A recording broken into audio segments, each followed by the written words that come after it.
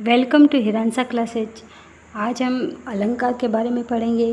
पिछली क्लास में हमने अलंकार, शब्द अलंकार, अर्थ अलंकार में भिन्नता क्या है, कौन कौन से शब्द अलंकार के अंतर्गत आते हैं, कौन कौन से अलंकार अर्थ अलंकार के अंतर्गत आते हैं, तथा शब्द अलंकार में भी हमने अनुप्रास अलंकार के बारे में विस्तृत जानकारी पढ़ी थी और उसके बारे में जो भी थे उदाहरण थे उसके द्वारा हमने अनुप्रास अलंकार को बहुत ही अच्छे से समझा। अब हम आगे की क्लास में अनुप्रास से अलग अर्थ शब्द अलंकार के अंतर्गत ही पुनरुक्ति विरोधाभास अलंकार के बारे में पढ़ेंगे। पुनरुक्ति विरोधाभास अलंकार कब आता है? जब शब्द की आवृत्ति हो और प्रत्येक बार अर्थ अभिन्न हो, अर्थात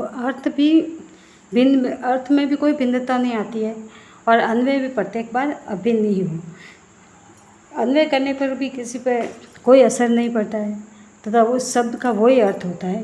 किसी मिलाटा अनुप्रास में तो क्या होता है कि अन्वय करने पर उसका अर्थ बदल जाता था, लेकिन अन्वय करने पर भी ये अभिन्न होता है। उदाहरण के लिए गाँव गाँव अस होई आनंदा, यहाँ गाँव गाँव शब्द दो बार आया और दोनों ही बार अर्थ वही है।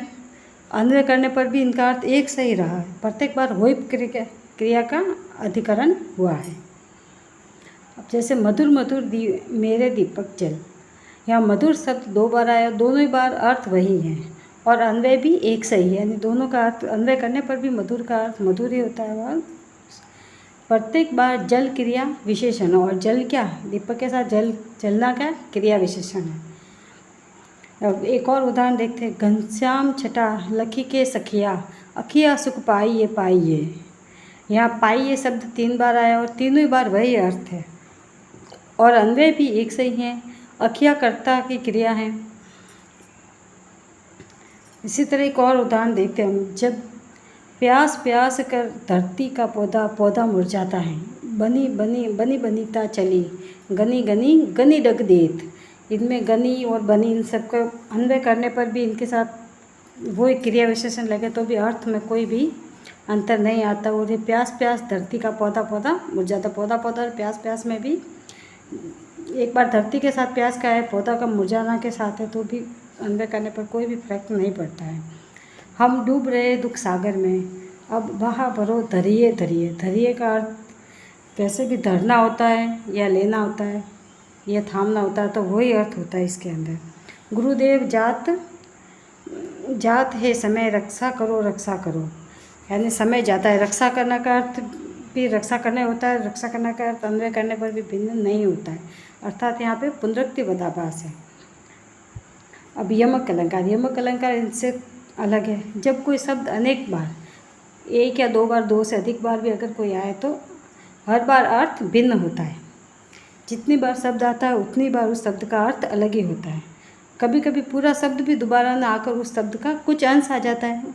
उस अवस्था में भी क्या यमक ही अलंकार होता है। जैसे मूर्ति मधुर मनोहर देखी, भयो विदेहे विसेखी। एक तो विदेह राजा विदेह के लिए कहा गया और एक विदेह बिना देह के वालों के लिए कहा गया। इसमें दो बार विदेह आया है। यह विदेह शब्द दो बार आया। देखो, पहली बार राजा जनक और दूसरी बार अर्थ इसका देह रहित या देह की शुद्धि को बुलाना, यही अर्थ बताया। और एक और अन्य उदाहरण लेते अपन। तीन बेर खाती ते वे तीन बेर खाती, एक बेर का अर्थ तो यहाँ है बेर का फल है, और एक बेर का एक बार, दो बार, तीन बार अपन बोलते वो होता है। एक कदम के पुष्प कदम की छटा, अर्थात कदम का अर्थ क्या था? कदम एक का अर्थ होता है किसी चीज़ का समूह भी होता है और कदम का अर्थ होता है एक पेड़, कदम का पेड़ होता है। जैसे पीपल के पेड़ होते हैं वैसे कदम के पेड़ भी होते हैं। इसी तरह दोनों बार कदम आया, दोनों बार इनका अर्थ अलग है, अर्थात इसमें क्या है? यमक अलंकार है। यों पर्दे की इज्जत परदेसी के हाथ बिकानी थी, बार ये परद का यमक है। पहला परद परदेश स्वतंत्र और सार्थक शब्द है और दूसरा परदेश का अर्थ होता है परदेसी, अर्थात दोनों ही बार पर्दे यानी परदेश या परदेसी क्या आया है। इसमें देखो पर्दे ही आया है और दूसरी बार में क्या आया है? दूसरी बार में परदेसी आया है। यानी जरूर नहीं कि पूरा वो का वो शब्द दूसरी बार वापस आए, लेकिन अर्थ दोनों का भिन्न होना चाहिए। अब एक और उदाहरण देखते हैं। कुमुदिनी मानस मोदिनी कहानी, अब इसमें कुमोदिनी आया है और दूसरे में आया मोदिनी, अर्थात आधा अर्थ आया है। यह मोदिनी का यमक है। पहला मोदिनी कुमोदिनी शब्द का अंश एवं दूसरा स्वतंत्र शब्द है जिसका अर्थ क्या, प्रसन्नता। मोदिनी मोदक, मन को प्रिय लगने वाला अर्थ है। और एक कुमोदनी किसको बोलते हैं, जो जल में रहने वाले होता है, एक तरह की वनस्पति है, उसको कुमोदनी बोलते हैं। आयो सखी सावन विरह सरसावन, लगी बरसावन सलिल चहु औरतें। इसमें सखी क्या बोल रही है कि सावन आए, अर्थात सावन आने का मतलब क्या हुआ कि किसी के लिए तो बारिश आ रही है, खुशी का दिन, और किसी के लिए क्या, अपने प्रीतम की याद सता रही है, अर्थात विरह अग्नि उसे सता रही है। आयु सखी सावन विरह सरसावन, लगी बरसावन सलील छऊ औरतें। सलील का अर्थ होता है पानी, यानी एक तो खुशी का मौका है कि चारों तरफ जल बरस रहा है, अच्छी फसल होगी, और दूसरी तरफ क्या, जो नायिका है उसके लिए दर्द और परेशानी भला, क्योंकि इतना अच्छे मौसम में वो अपने प्रीतम से दूर है। बसंत देहु ब्रज में हमें, बसंत देहु ब्रजराज। एक बसंत का अर्थ होता है वसन, यानी वस्त्र होता है, और एक मतलब होता है बसना या रहना, भाई सेटल हो जाना। बसंत का अर्थ वस्त्र, यानी वो क्या बोल रहे हैं, हमें ब्रज में बसंत दो, अर्थात वस्त्र का दान दो, और या फिर और या एक बसंत का अर्थ है हमें ब्रज में यानी श्री कृष्ण की जन्मस्थली पे बसने दो। ये जैसे दूसरा और है, लाल दुपट्टा मलमल का, दिल मेरा मलमल जाए। एक मलमल का अर्थ होता है मलमल का कपड़ा, और दूसरे का अर्थ होता है मलमल जाना, यानी मिशेजना, दिल का। सारंग, एक और उदाहरण देखते हैं, बहुत ही अच्छा है, ये हमेशा ये उदाहरण आता ही आता है एग्जाम में। सारंग ले सारंग चली, सारंग पोको आए, सारंग ले सारंग तरियो, सारंग सारंग माए। अब देखो, पहले सारंग का अर्थ है घड़ा, और दूसरे सारंग का अर्थ है सुंदरी, तीसरे सारंग का अर्थ है मेघ अर्थात बरसात, और चौथे सारंग का अर्थ है वस्त्र, और पांचवें सारंग का अर्थ है घड़ा, और छठे सारंग का अर्थ है सुंदरी, और सातवीं बार जो सारंग है उसका अर्थ है सरोवर। अर्थात घड़ा लेके सुंदरी चली है, सारंग यानी बरसात, मेघ के अंदर जब मेघ गिर आ रहे हैं तो वो क्या, अपने सारंग, अपनी साड़ी को या वस्त्र को कहाँ डाले, कहाँ घड़ा डाला है उसने, भीगने के डर से उसको सारंग के अंदर डाला, अर्थात घड़े के अंदर डाला, और खुद सारंग के अंदर बस गई। सारंग का दूसरे का, एक सारंग का वापस सुंदरी है और सारंग में गई, सारंग सारंग में आता, सुंदरी सरोवर के अंदर गई ताकि उसके वस्त्र नहीं भीने। या सारंग 7 बार, 5 या 6 बार, जितनी बार सारंग का अर्थ भिन्न है, अर्थात यहाँ कौन सा, यमक अलंकार है। और ये जो उदाहरण है, ये यमक अलंकार का बहुत ही अच्छा और बहुत ही सुंदर उदाहरण है। ज़्यादातर क्वेश्चन इस उदाहरण से ही पूछे जाते हैं। अब श्लेष के बारे में। श्लेष का अर्थ होता है चिपकना, जब वाक्य में एक से अधिक अर्थ वाले शब्दों का प्रयोग किया जाए तब इस प्रकार का एक से अधिक अर्थों वाला बोध कराया जाए। उदाहरण, जैसे उदाहरण बाद में देखते हैं, पहले श्लेष का अर्थ है चिपकना, अर्थात जैसे एक शब्द से बहुत सारे अर्थ निकालना, उसको बोलते हैं श्लेष, अर्थात चिपकना, यानी एक चीज़ के चिपक जाते हैं, एक से बहुत सारे चिपक जाते हैं, अर्थात एक से बहुत सारे अर्थ निकलना एक शब्द से। जैसे बलिहारी नृप कूप की, गुण बिन बूंद न दे, या नृप कूप और गुण का अर्थ है ना जो हर बार अलग अलग है, अर्थात राजा और कूप। राजा अर्थात राजा ही होता है, कूप यानी कुआं। गुण का अर्थ एक तो होता है गुणवान या अच्छे गुण, और दूसरे गुण का अर्थ होता है रस्सी। यहाँ गुण के 2 अर्थ निकाले गए, क्योंकि ये गुण दिया तो एक ही बार है लेकिन अर्थ 2 निकाले गए, अर्थात यहाँ कौन सा श्लेष अलंकार है। एक राजा के साथ लगता है और दूसरा कूप के साथ। राजा के साथ अर्थ है यानी राजा सद्गुणियों को ही पुरस्कृत करता है, और दूसरा अर्थ होता है इसके कूप यानी कुएं के साथ। कुएं में जब तक हम रस्सी नहीं डालेंगे तब तक बाल्टी से जल नहीं ले सकते, यानी रस्सी की सहायता या गुण की सहायता आवश्यक होती है। पानी गए सब उबर मोती मानुष छुन, इसमें यहाँ पानी के अर्थ बहुत सारा लगाया गया। पानी नाश हो जाने से है, पानी का इज्जत होता है, मनुष्य के लिए तो इज्जत होता है पानी। और आटा में अगर पानी नहीं है तो आटा किसी काम का नहीं, अर्थात रोटी भी नहीं बन सकती। या पानी के 3 अर्थ है, मोती के साथ तो आब है, उसकी कांति है, मनुष्य के साथ उसकी इज्जत या प्रतिष्ठा है, और आटे के साथ जल है। ये भी बहुत श्लेष का बहुत ही अच्छा उदाहरण है।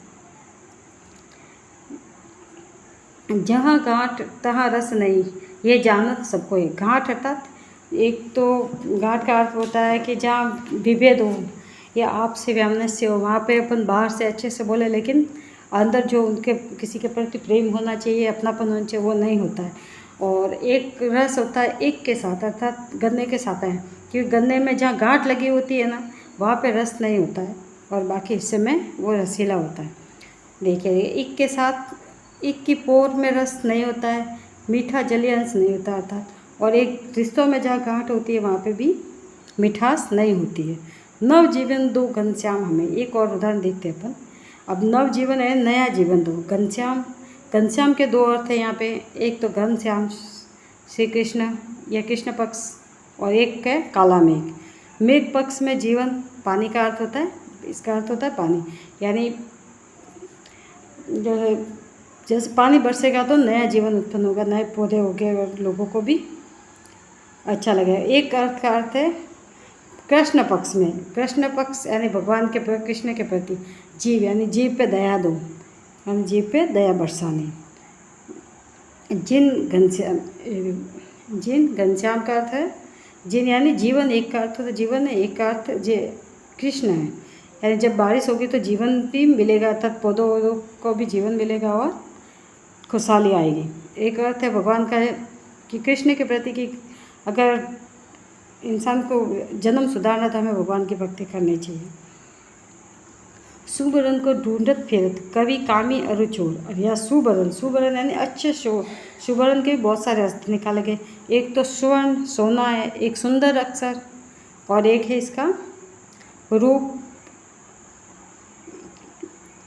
यानी खूबसूरत रूप। अब जैसे कवि तो क्या देखते हैं, सुंदर अक्षर के लिए ढूंढता है, सुवर्ण के बहुत 3-4 अक्षर हैं। कामी क्या करता है, सुंदर स्त्री के लिए घूमता है। और चोर, चोर स्वर्ण यानी सोने के लिए, किसके लिए, स्वर्ण के लिए घूमता है। इसी तरह रजनी वधु अभी सारिका सी जा रही।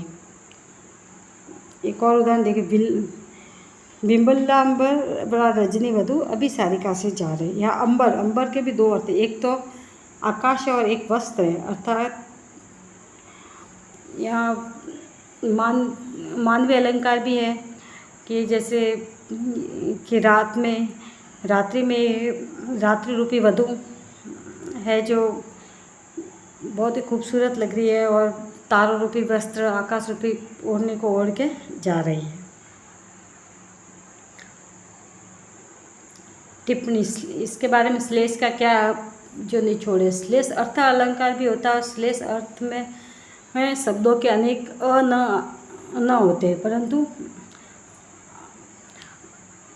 वे ऐसे होते हैं कि अनेक पक्षों में लग सकते हैं। अर्थ अलंकार श्लेष शब्दों में पर्याप्त शब्दों से बदल देने पर भी चमत्कार बना रहता है। उदाहरण जैसे कि यानी यमक अलंकार में तो अगर शब्द बदल जाए तो वो अर्थ नहीं रहता उसका, लेकिन श्लेष अलंकार में क्या शब्द बदले तो भी उसका अर्थ या उसका चमत्कार नष्ट नहीं होता है। नल की अरु नल, जैसे एक उदाहरण देखते हैं अपन। नल की अरु नल नीर की गति एक करी चोए, यह तो नीचो है चले तय तो ऊँचो होए। इसमें नल और नर दोनों की, यानी आदमी की और नल की दोनों की गति के बारे में बताया गया कि आदमी भी जितना विनम्र होकर चलता है ना, उतना ही वो ऊंचा होता है, उसका मान सम्मान होता है। और नल का पानी भी जितना नीचे होता है वो होता है नल, उतने ही ज़्यादा वो ऊपर चढ़ता है। नीचों का अर्थ होता है गहरा और विनम्र। आदमी के अर्थ में क्या है इसका अर्थ, विनम्र। और नीचे जल के अर्थ में गहरा अर्थात विनयशील। ऊंचो यानी ऊपर उठा हुआ या उन्नत या बड़ा, यानी आदमी जितना विनम्र होकर चलता है उतना ही यह ऊंचा होता है, उन्नत होता है। अब एक और उदाहरण देखते हैं। जनहित कमला तजन जय शिव, नृप कवि हेरचंद। इस पद का अर्थ है शिव, राजा हरिश्चंद्र और कवि हरिश्चंद्र, इन तीनों पक्ष में लगता है। अर्थात शिव का अर्थ है जन के हित के लिए। शिव ने तो किसको, कमला को तजा, यानी लक्ष्मी पहले भगवान शिव के पास थी, उसके बाद में उन्होंने उस लक्ष्मी जी को भगवान विष्णु को दिया। और एक शिव का अर्थ होता सत्य, अर्थात कवि क्या है, हरिश्चंद्र सत्य के लिए अपना सब कुछ बिका दिया था। और एक है हरिश्चंद्र, कवि हरिश्चंद्र, तो वो भी क्या अपनी कविता को सत्य कविताएं लिखते हैं, सत्यासक्त, यानी द्विज शब्दों में शब्द श्लेष है, शेष शब्दों में अर्थ श्लेष अलंकार है। अब सत्याक्त यानी सती में आसक्त, कौन, शिव भगवान सती में, सत्य में आसक्त और सत्य में आसक्त, यानी भगवान शिव तो किस में थे, सती में थे, और राजा हरिश्चंद्र भी सत्य के प्रति आसक्त थे, और कवि हरिश्चंद्र भी सत्य के प्रति आसक्त थे। अब एक और देखते हैं, दयाल, कृपालु, द्विज प्रिय, चंद्रमा है प्रिय जिसको। अब द्विज के भी कितने, दो अर्थ है। द्विज यानी एक तो होता है ब्राह्मण, और एक जिसको चंद्रमा जिसको प्रिय है, अर्थात शिव। अघहर, अघहर के भी कितने अर्थ होते हैं, एक तो पाप नाशक होता है, सुख कंद, सुख के मूल, कमला तजन, लक्ष्मी का त्याग करने वाला, ये सभी इसी यमक श्लेष अलंकार के ही उदाहरण हैं। इसको विस्तार से बताया गया इसमें। अब वक्रोक्ति, वक्र जैसे अर्थ से किसी व्यक्ति के एक अर्थ में कहे गए शब्द या वाक्य का दूसरा व्यक्ति जानबूझकर दूसरा अर्थ कल्पित करे। उसको पता है कि वो मेरे को सही बोलता, तो भी वो क्या टेढ़ा मेढ़ा अर्थ, उसका क्या टेढ़ा अर्थ कल्पित कर देता है। दूसरे अर्थ, इस दूसरे अर्थ की कल्पना श्लेष के कारण असंभव हो पाती है। अगर वो श्लेष अलंकार उसमें होता तो खुद कन्फ्यूज हो जाता है कि ये क्या दूसरा अर्थ निकाल रहा है। वैसे श्लेष में तो एक शब्द के 2 से 3 अर्थ निकलते हैं, लेकिन टेढ़ा मेढ़ा अर्थ निकलते तो कन्फ्यूजन हो जाता है। जैसे वक्रोक्ति जब किसी व्यक्ति के अर्थ के कहे, ये आ गया वापस उदाहरण, जैसे भिक्षुक गो कित को गिरजे, ये बोल रहे हैं कि भिक्षुक किधर गया है। गिरिजा के पास आके लक्ष्मी बोलती है कि भिक्षुक कहाँ गया, सो तो मांगमन को बलि के द्वार गया। अर्थात उसके कहने का लक्ष्मी जी बोलते हैं कि भाई भिक्षुक कहाँ गया, तो उन्होंने क्या टेढ़ा अर्थ निकाला कि वो तो बलि के द्वार पे गया था। विष्णु भगवान थे जो लक्ष्मी जी के पति थे, जो कहाँ गए, बलि के द्वार पे वामन अवतार में गए थे, तो उन्होंने उसी के ऊपर वापस टेढ़ा करके बोल दिया। लक्ष्मी पार्वती से विनोद में पूछती है, यही देखो कि हे गिरजे तुम्हारा भिखारी अर्थात शिव कहाँ है। उन्होंने तो पूछा ही शिव कहाँ है, लेकिन पार्वती लक्ष्मी के अर्थ को समझ लेती है, पर विनोद में ही वापस उसका हंसी का उत्तर हंसी में ही दे देती है। और जानपुर कर बोलते हैं भिखारी का दूसरा अर्थ होता है विष्णु, कल्पित करती है, क्योंकि वो मांगने के लिए गए थे बलि के द्वार पे। और अन्य उदाहरण जैसे पशुपालक, कहाँ सजनी यमुना तट धेनु चराए। अर्थात एक और अर्थ होता है, जैसे शिव भगवान शिव को पशुपति नाथ भी कहा जाता है। तो उन्होंने बोला कि कहाँ पशुपति, भगवान जब कृष्ण का अवतार लेते हैं विष्णु भगवान, तो वो क्या यमुना के तट पे गायों को चराते हैं, तो क्या गायों को चराना भी एक पशुपालक का ही काम है। तो उन्होंने वापस वक्र होके अपना जवाब दिया कि लक्ष्मी कहती है कि वो पशुपति या पशुपालक कहाँ है, तो पार्वती वापस उसका विनोद में ही उत्तर दे देती है कि दूसरा अर्थ निकालती है, पशुओं का पालक कल्पित करती है और उत्तर देती है कि ये तो कहाँ है, यमुना के तट पर गया है, गाय चरा रहा है। अर्थात विष्णु कृष्ण के अवतार में यमुना के तट पर गाय चराने जाते हैं। अब कौन द्वार पे हरि में राधे, एक और उदाहरण देखते हैं। क्या वानर का काम यहाँ, हरि का अर्थ होता है एक तो विष्णु होता है, एक हरि का अर्थ विष्णु, और एक होता है हरि का अर्थ वानर को भी बोलते हैं। तर बोलते हैं कि द्वार पे कौन है, राधा जब बोलते हैं तो बोलते हैं हरि में राधे। तो क्या राधा बोलती है कि यहाँ के वानर का क्या काम है। अतः राधा भीतर से पूछती है बाहर तुम कौन हो कृष्ण, तो बोलते मैं, कृष्ण बोलते मैं हरि हूँ। राधा हरि का अर्थ कृष्ण ने लगा कर क्या टेढ़ा अर्थ लगा देते कि वानर लगाती है, और कहती है कि इस नगर में वानर का क्या काम है, वानर का क्या काम है। कृष्ण द्वारा एक अर्थ और कहे जाने का है, हरि शब्द का दूसरा अर्थ वानर भी कल्पित कर देती है। अतः इसमें वक्रोक्ति है। हरि अंबर देव हमें कर में, अब कर का अर्थ हाथ भी होता है, और अंबर का अर्थ, अंबर के भी दो वस्त्र होते हैं और आकाश भी होता है। गही किन जो कर नभ आवे, यानी अंबर गोपी का अर्थ होता है वस्त्र, जब कहीं गोपी नहाने के लिए जाते तो भगवान वस्त्र चुरा लेते, तो बोलते हैं हमारे को अंबर दो। और कृष्ण द्वारा कल्पित करके आकाश के मैं तुम्हें कर में या हाथ में, कर का अर्थ होता है हाथ, हाथ में आकाश कैसे दे सकता हूँ। कृष्ण इसका अलग अर्थ निकालते हैं। अब वक्रोक्ति अलंकार शब्द अलंकार भी होता है और ये अर्थ अलंकार भी होता है। तो कैसे लगे आपको क्लास? अच्छे लगे तो प्लीज़ लाइक और सब्सक्राइब ज़रूर करना। ये class first grade second grade exam के लिए, कॉलेज लेक्चर, इन सब के लिए बहुत ही महत्वपूर्ण और उपयोगी क्लास है। अच्छे लगे तो प्लीज़ लाइक और कमेंट ज़रूर करना। Thanks for watching.